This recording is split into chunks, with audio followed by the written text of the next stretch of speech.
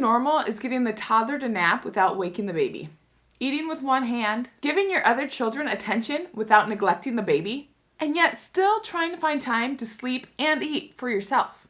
I'm talking all about postpartum period with toddlers and older kids.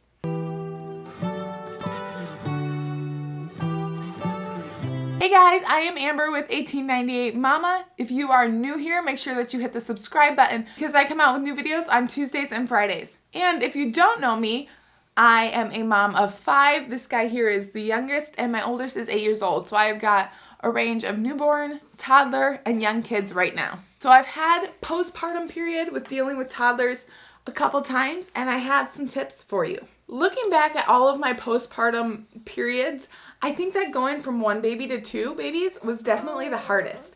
Now, it's kind of tough to compare that to other people's because our number 2 was colicky, so it made it that much more difficult. But I think there's other factors that definitely go into it. Now it's kind of just, what's another kid? But here's what I do to make my daily life easier.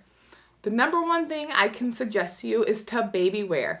I will link down below my 2 favorite baby wearing products, but there's so many things out there and find what works best for you. If you don't like it, they're super resellable, so they're easy to resell and then you can just buy a new one.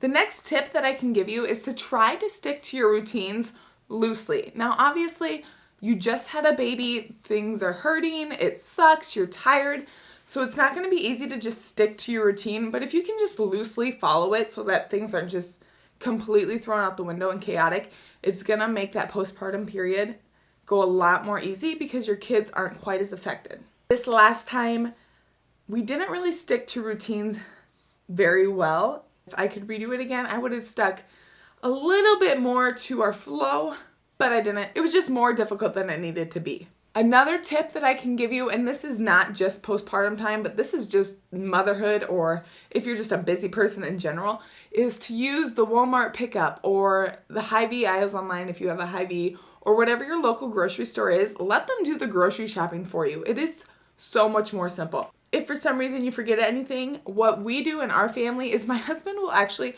drive around in the parking lot while I run into the store so I don't have to bring in my herd of children into the store and I can just get it in and out really fast. If you haven't already heard, and if you've watched any of my baby videos, you probably have, you know that I am a big advocate for the white noise machines. It sounds just like in the womb, so the babies like the noise and it drowns out all the chaos of all the toddlers and the younger kids in my house, so they're not waking up the baby quite so often. Now, after he was born, my 5th baby, I kind of started embracing the mess, which is really tough for me because mess gives me so much anxiety. I can't handle it. But what I have kind of been forced to learn how to do is to embrace the mess and just focus on playing with my kids instead, which is, I was kind of forced to do it. My kids needed attention and I just didn't have time to clean anymore. So dishes sat in the sink. Carpets didn't get vacuumed. Things didn't get dusted, and it was okay because I was playing with my toddlers and playing with my other kids versus cleaning my house. Sometimes having a new baby in the house can make things a little bit stressful and get your toddlers full of jealousy. So what I like to do for my toddlers is to get them involved in helping with the baby. My 3-year-old loves to pick out his outfits for the day, and he will not, most days actually, he will not match or he'll wear pajamas, but she's picking out the outfit. She feels special. She feels like she's helping. My 1-year-old loves to bring me the passy. Now this guy is actually the first kid of mine to take a bottle easily, which has been super nice because I can pump my milk and then my 3-year-old or my 8-year-old or my 7-year-old can have that bonding experience with them by feeding them. When you're cooking, double your meals for leftovers. So you're not having to cook so often. You're not having to clean up your kitchen so often. It's less work on your plate to do. Do not set high expectations for yourself. Lower those expectations tremendously. It is okay if you are wearing the same yoga pants for 3 days in a row. It is okay if you are on your 8th day of dry shampoo. It's fine.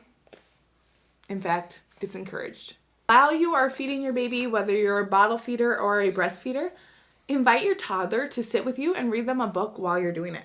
So then every single time that you go to feed your baby, your toddler looks forward to that time that they're getting Not necessarily one-on-one, but it feels kind of one-on-one to them. Finally, my last tip for you is to get your toddler their own baby doll to play with so that they can copy whatever mom's doing, because toddlers love to be exactly like mom and dad. Don't forget, mama, this is just a season of life. You are going to survive. It is tough, but you're going to get through it, and life is going to be glorious once again. Now, I know this is a quick video, but hopefully these simple tips can just make your life that much more simple. If you like this video, do not forget to push the like button, and then please subscribe to my channel because I come out with new videos on Tuesdays and Fridays. Bye. Are you just chewing away on that passy?